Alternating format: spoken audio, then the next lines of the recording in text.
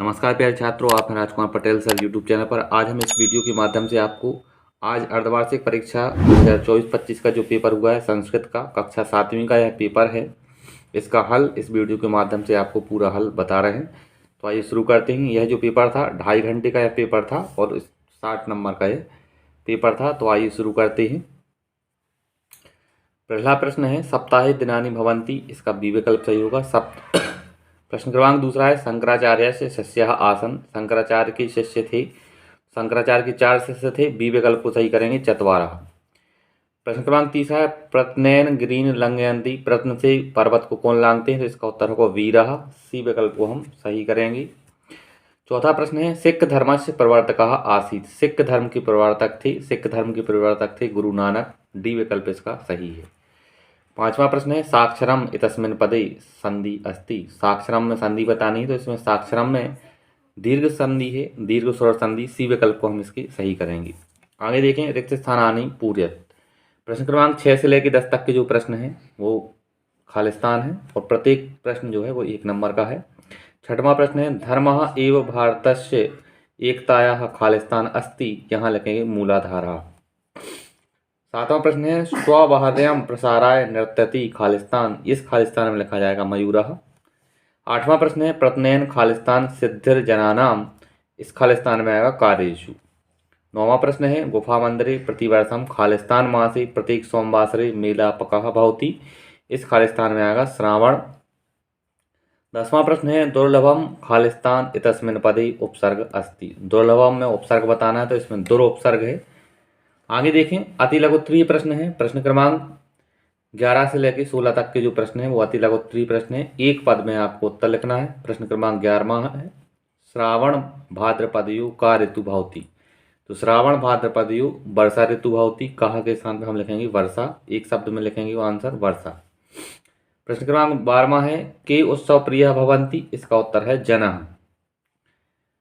13वां प्रश्न है बहवः धर्मः कुत्र विकासम प्राप्तः, इसका उत्तर होगा भारते, भारत में सभी धर्मों का विकास प्राप्त होता है। 14वां प्रश्न है आपटतः बालक कुत्र न शोभते, बिना पढ़े लिखे बालक कहाँ शोभा नहीं पाते हैं, इसका उत्तर है सभा मध्य।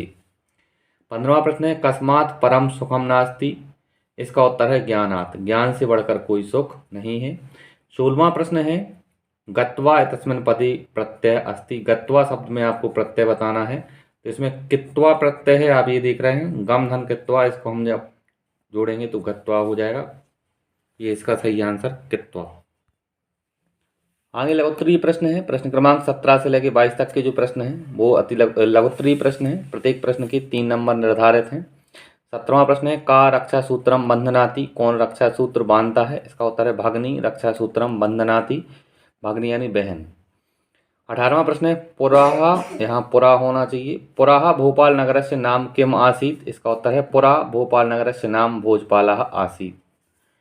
19वां प्रश्न है वीर रसस्य सहज कवि कः आसीत्, इसका उत्तर है वीर रसस्य सहज कवि गुरु गोविंद सिंह आसीत्, कहा शब्द हटा के आप गुरु गोविंद सिंह लिख देना, लास्ट में आएगा पूर्ण विराम। प्रश्न क्रमांक 20वां है अधोलिखित संख्या संस्कृत शब्देषु लिखत, नीचे लिखी संख्या को संस्कृत शब्दों में लिखना है। 11 को लिखेंगे एकादश, 15 को पंचदश, 17 को सप्तदश।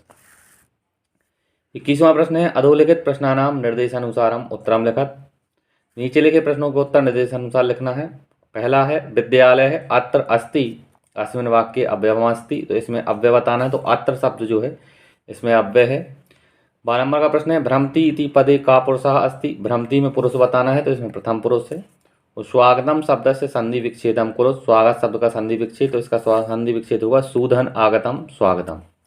प्रश्न क्रमांक 22वां है स्व पाठ्य पुस्तकात् एकम श्लोकम लिखत यह अस्मिन् प्रश्न पत्रे नास्ति, अपनी पाठ्य पुस्तक से आपको एक श्लोक लिखना है जो इस प्रश्न पत्र में नहीं आया हो, तो आप यहाँ जो देख रहे हैं एक श्लोक यहाँ आया है नीचे, कामधेनु गुणा विद्या सर्वदा फलदायिनी प्रवासी मातृसदृशी विद्या गुप्त धनम स्मृतम, इस श्लोक को छोड़ के आप 7वीं क्लास का अन्य कोई श्लोक यहाँ 22वें प्रश्न में के आंसर में लिखेंगे। आगे देखें दीर्घोत्तरीय प्रश्न है, प्रश्न क्रमांक 23 से लेकर 26 तक के जो प्रश्न है वो दीर्घोत्तरीय प्रश्न है, प्रत्येक प्रश्न की 5 अंक निर्धारित हैं। 23वां प्रश्न है अधोलिखित गद्यांशम पठित्वा प्रश्नानाम उत्तराणि लिखत, नीचे लिखे गद्यांश को पढ़कर प्रश्नों को उत्तर लिखना है। ये गद्यांश है, इस गद्यांश को आप पढ़ेंगे, हम प्रश्नों को हल करते हैं। एकदा कस्य वारः समायातः, तो इसका आंसर पहली ही लाइन में लिखा है एकदा एकस्य सस्कस्य वारः समायातः, इसका आंसर होगा सस्कस्य।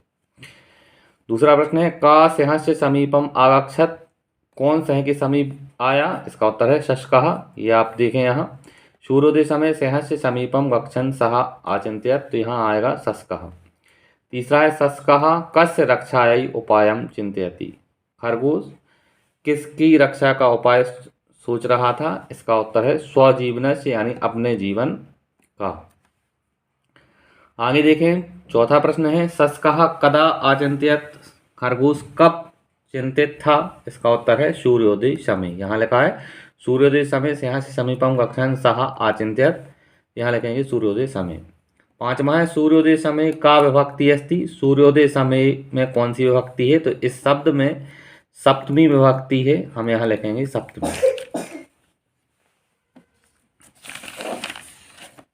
आगे देखें 24वां प्रश्न है अधोलिखित पद्यांशम पठित्वा प्रश्नानाम उत्तराणि संस्कृते लिखत। निम्नलिखित पद्यांश को पढ़कर, श्लोक को पढ़कर प्रश्नों के उत्तर संस्कृत में लिखना है। श्लोक है कामधेनु गुणा विद्या सर्वदा फलदायिनी प्रवासी मात्र सदसी विद्या गुप्त धनम स्मृतम। का नंबर का प्रश्न है का सर्वदा फलदायिनी, इसका उत्तर होगा विद्या सर्वदा फलदायिनी। दूसरा है खा नंबर का विद्या मात्र सदृशी कुत्र, विद्या कब माता के समान होती है, इसका उत्तर है प्रवासी, कि यहाँ प्रवासी। तीसरा है गुप्त धनम का, गुप्त छिपा हुआ धन कौन है, तो इसका आंसर होगा विद्या। चौथा है कामधेनु गुणा युक्तः का, कामधेनु के गुण से युक्त कौन है, इसका उत्तर है विद्या।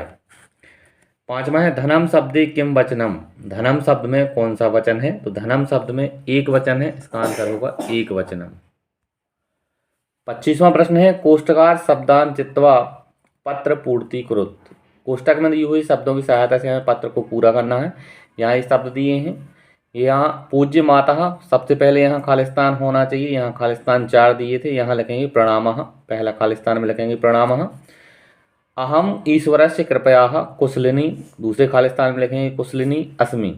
भवत्याः खालिस्तान, इस तीसरे खालिस्तान में आएगा स्वास्थ्यम। कथमस्ति, अहम आगामी मासे भ्रमणार्थम गमिष्यामि। मार्च मासे मम खालिस्तान अस्ति, इस खालिस्तान में आएगा परीक्षा। भवत्याः पुत्री शैलजा, यहाँ शैलजा आएगा आखिरी के में। तो इस प्रकार से 5 शब्द यहाँ लिखे जाएंगे, हमने यहाँ नंबर डाले हैं, आप इन नंबरों की सहायता से भी देख सकते हैं।